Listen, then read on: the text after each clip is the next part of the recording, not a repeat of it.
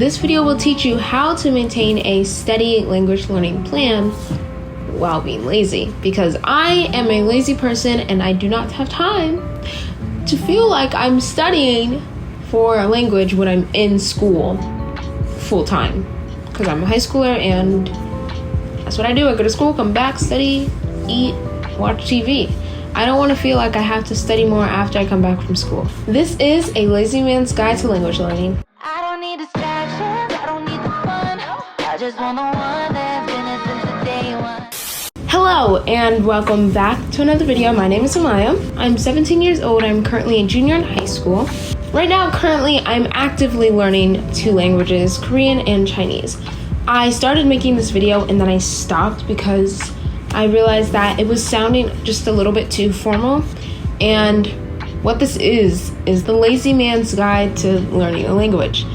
I can't be too formal with you guys if I'm trying to teach you guys how to incorporate language learning into your daily lives. Just a fresh start to this video, and let's get on to it. First thing I want to point out is that this video is not one of those quick videos on how to learn a language in 30 days. So if you're looking for something fast-paced, this is not it. Go ahead and just skip to the next one, because this is a video on how to make a plan that will take you out and lead you until the rest of your language learning journey. If you need something slow-paced and something that is not too much work each day, this would be the perfect plan for you. Before you make your plan, I just want to say, make sure you write down why you're trying to learn a language and rethink your goals for this language. I have written mine down right here in this book. Basically my whys, my whens, and my hows. Basically just why I'm trying to learn this language and like my goals. When, like, so the time period of how long I think I'm gonna continue learning my target languages.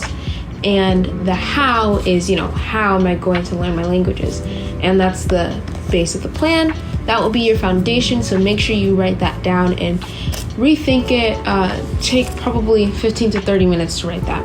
And make sure it's not just, I want to be fluent in Korean in about 1 year and I want to use it to talk to my friends. That's great, but make sure you go into a little more depth. I want to be fluent in Korean by the end of this time to use in daily conversations, and I want to use it for around 2 years. I want to learn it for around 2 years. After that, I want to be solely just able to speak it. I want to be able to write at a good enough level so that if I need to write a letter to someone, to one of my friends in Korea, I can. And I want to be able to watch Korean dramas without subtitles. That would be a little bit better of a plan, of a foundation, than I want to be fluent in 2 years and I want to talk to my friends. One more thing before we start going to the actual plan, a couple of ways on how people learn.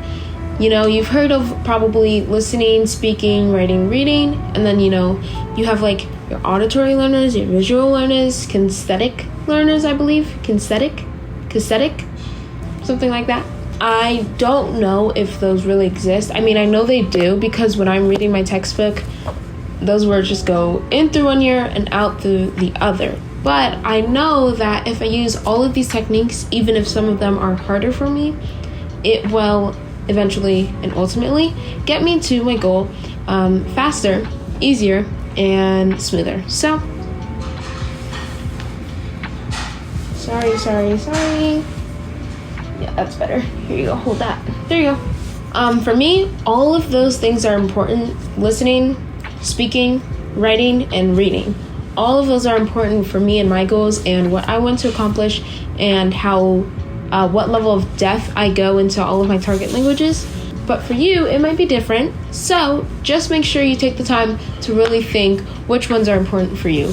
If you're doing this for some reason, like just for your hobby, maybe you only want to do your listening skills, or you only want to do your listening and speaking skills.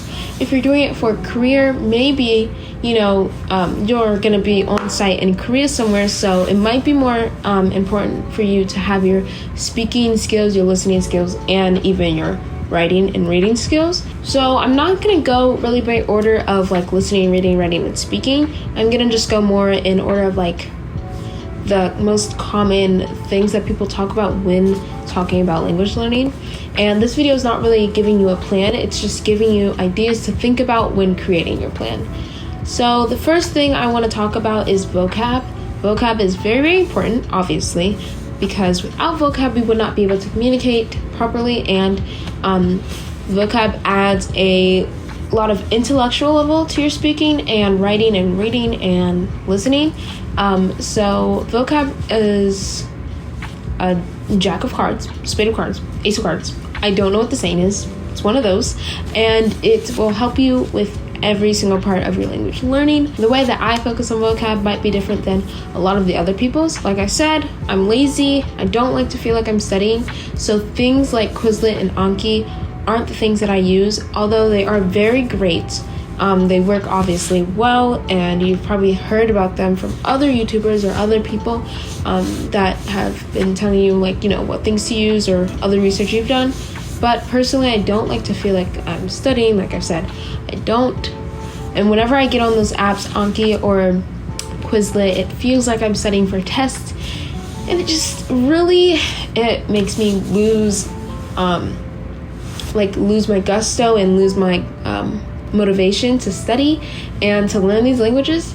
So a separate and different way that I try to still use that kind of like spaced repetition and technique that is embedded into Anki and Quizlet are other apps that I have and other techniques. So I'll start off with reading, how I use reading to level up my vocabulary. Reading, obviously, in the language that you speak, your native language, reading helps to level up your vocabulary. No matter what type of reading it is, you will find new ways of how to use words and new words in general. So I like to use reading to upgrade my vocabulary and expand my vocabulary in my target languages as well. It makes it a lot easier for me to enjoy myself while also learning, and I didn't even know it. Now, you do need somewhere to store these vocabulary words. So most of the reading that I do is online. Most of it is is on different types of apps, and usually those apps have areas where you can like star a word, and it adds to like your word bank. And throughout the days, you know, just every now and then, I would go to that word bank and do a little bit of a checkup on those words to see if I've learned the meaning of them and learned how to recognize those words as what the meaning is. And I read things like online mangas, like webtoons and stuff like that, and even novels. I have a novel back there, just sitting over there on my, tabletop, and I go through that a little bit less since it takes me a little longer to get through that type of stuff. But that is a way that I find new vocabulary to practice. The other way that I can remember vocab is through listening. And through listening, I use certain apps, and I basically have this app that is a online reader book type of thing, and basically there's like short stories / dramas on there, but it's only through like sound. It's only through sound, so you're not watching anything, but it's just a podcast kind of like a story. Don't know how to explain it. That's the best I could do. They are interesting enough, even if you don't know what's happening. Like, I could probably only understand around 10% of each episode, maybe even less. Even if you don't understand a lot of what's going on, it's interesting enough to keep in your headphones while you're cleaning, doing your skincare routine, while getting ready in the morning, or even walking down the street, exercising. It is a way to keep my brain interacting with my target languages. And it also helps me find new vocabulary, because if I hear a word a whole bunch in the story and I do not know what that word means, I simply just try to remember it, or at that time, if I have the time, I try to go to a translate app and I try to, by word of mouth, speak that word into the translator app and try to see if I can come up with a correct response. Sometimes it works, sometimes it doesn't.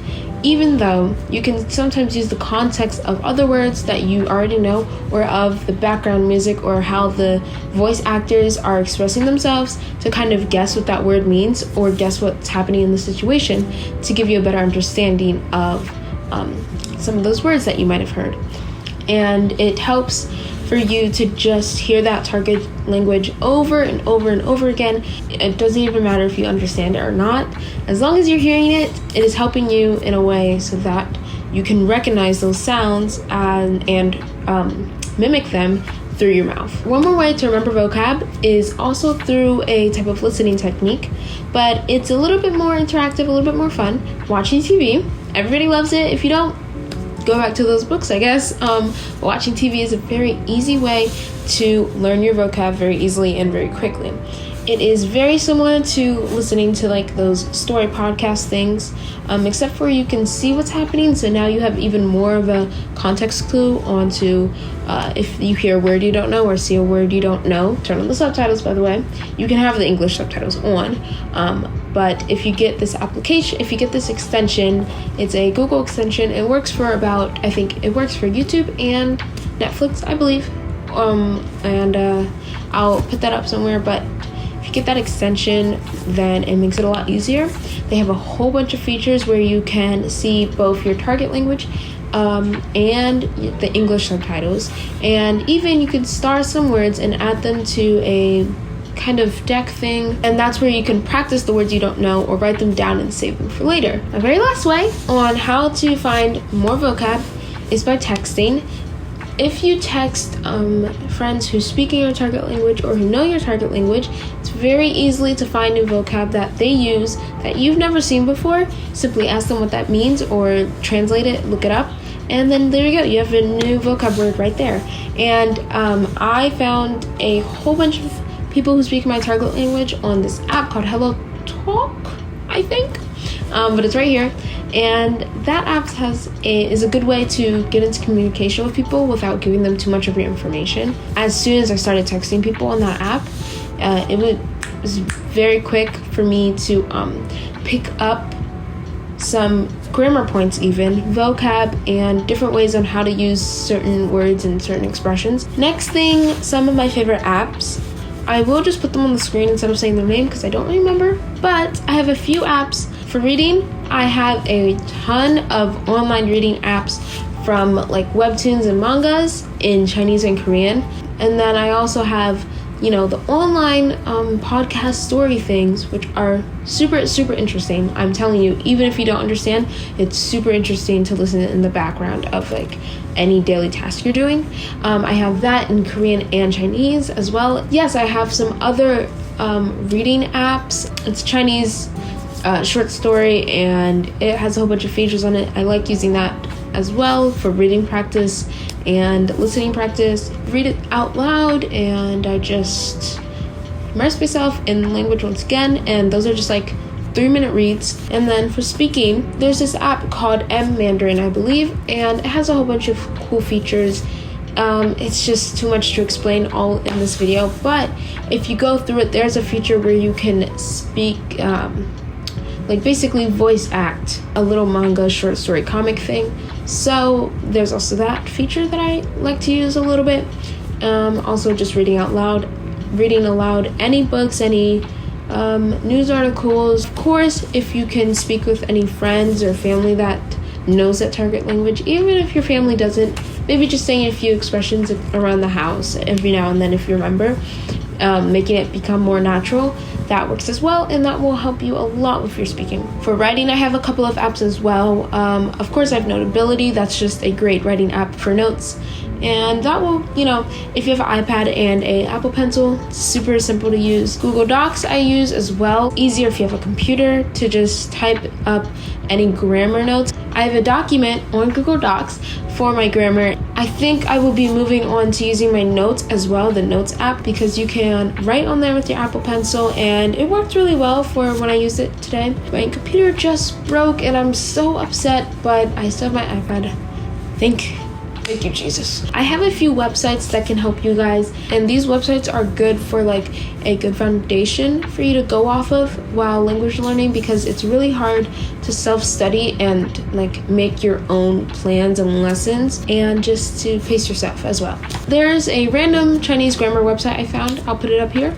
It's a great website. The oh so famous Talk to Me in Korean works very well. They have a podcast, PDFs for basically every lesson, a app that I use as well sometimes. Great for on the go if you're just like at school and you have a study hall or something like that. You want to listen to something. They have great podcasts on there, little short stories. And then I also went PDF searching a couple of weeks ago, and I just searched the internet for some PDFs to help me plan as well, for some grammar points and a structured plan that somebody else has, and I can use that to kind of guide myself. If you want to go ahead and download those for yourselves, I will leave the links down below in the description for basically everything I'm talking about. I'm sorry if I don't have your language, and it's very unfortunate, but no problem. You can also do your own online digging to find some PDFs.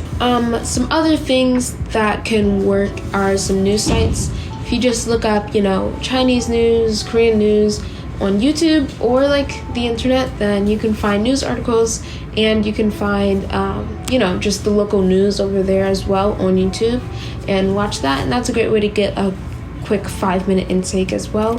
Of course, I'm going to give you guys a few references on YouTube of my favorite YouTubers that I like to every now and then pop in on, check in on, and see what content they've made, and, watch it, of course, and learn from it. Very informational, fun, and easy to watch, easy to understand. So I'll leave those down below, once again, in the description. Some other ways to get your input throughout the day is through music, of course. Love to have music in your target language. So if you don't know where to start, and you happen to be learning Korean or Chinese, I do have a few suggestions. So of course, once again, down in the description, check out my Spotify. They are great playlists, great songs, dear to me, amazing, chef's kiss. If you want to watch some dramas in Japanese, Korean, Chinese, those are the main top 3. Even in Thai, I believe they have a few on these websites. So Viki and Asian Crush, Kocowa or something, weTV, all of those are great for drama watching. So if you needed some suggestions, there are some. Even Netflix has a few, but I've watched basically all of those. So, and I feel like I remember somebody asking my favorite drama. My favorite drama is Stronger Bongsoon, because it's just the perfect mix of romance, like thriller and adventure, and just action. So chef's kiss to Stronger Bongsu is just amazing.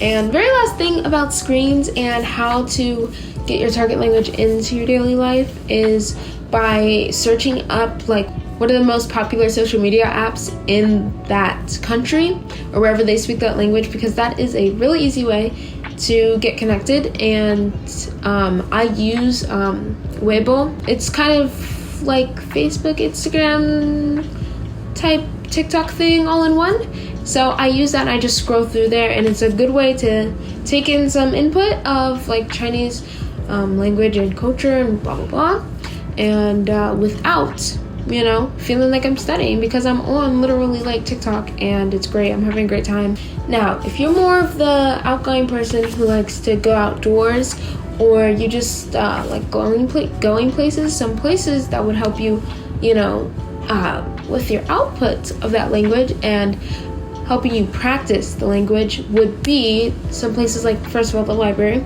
because, well, this doesn't really help you output your things. This is where you can get your books, international books in different languages in your target language, and that's where you can find those books to read if you're wondering like, where do I get those books? And then also restaurants that sell food from your target language's culture. Go to those restaurants and go to those food places and try ordering in your target language. I'm not one to talk because whenever I have the chance, I kind of don't do it.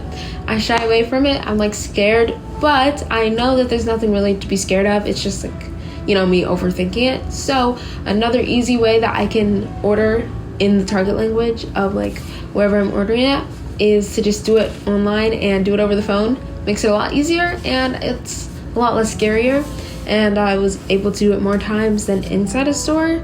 It might seem scary, but honestly, the people that are serving you don't even care. Like, they have a long day, they're just trying to get through it. If you speak their language, great, great. They're just trying to, that makes it faster for them. I'm planning on learning I want to say my goal is 6 languages. For now, I was going to do 4. I was going to do Korean, Chinese, French, and Zulu. I really want to hit French and Zulu, but first I think I'm going to get Korean and Chinese down because I want to use those when going to college, which is literally like next year, which it's not, but it kind of is at the same time. And if I want to get into any of those colleges, I need to be fluent in Korean and Chinese. So I'm going to focus on those 2. I'm hoping that over the summer I can just really take time to use this fundamental plan that I have put down and grow and learn in these 2 languages. I think it will be a lot easier because I'll have the time and I won't have any excuses not to. And hopefully by the end of summer, which is a couple of months. I know I said this wasn't a fast-paced thing, but I've been working on these languages for a long time, and I think I have the mentality and the education and the knowledge to be able to get these languages in and learned in about 5 to 6 months. So I'm hoping that in about 5 to 6 months I'll be back here fluent in Korean and Chinese and just able to have a video fully in Chinese or fully in Korean, or be able to easily switch back and forth to any of those languages. I will be trying very, very hard over these couple of months in the summer for a lot of things that I'm doing: my Instagram, my flashcard business, my YouTube, and maybe even a blog if I have that extra time to make it. So I'm hoping that I'm not making empty promises and that I will fulfill this one for real. And I hope you enjoyed this video on a lazy man's guide to language learning. I hope you were able to create some type of plan or fundamental ideas on how you're going to learn your languages this year, and throughout not just this year but throughout your life. Yeah, I hope you guys enjoyed this video. If you did, please give it a thumbs up and maybe even subscribe to this beautiful brown skinned girl if you want to see more. And hopefully you guys find the links in the description helpful. Sorry that these videos aren't coming out consecutively, or if you guys have tips, please leave them down in the comments and I will definitely be looking through those. And I'll see you in the next one. I'm Sappy. Bye!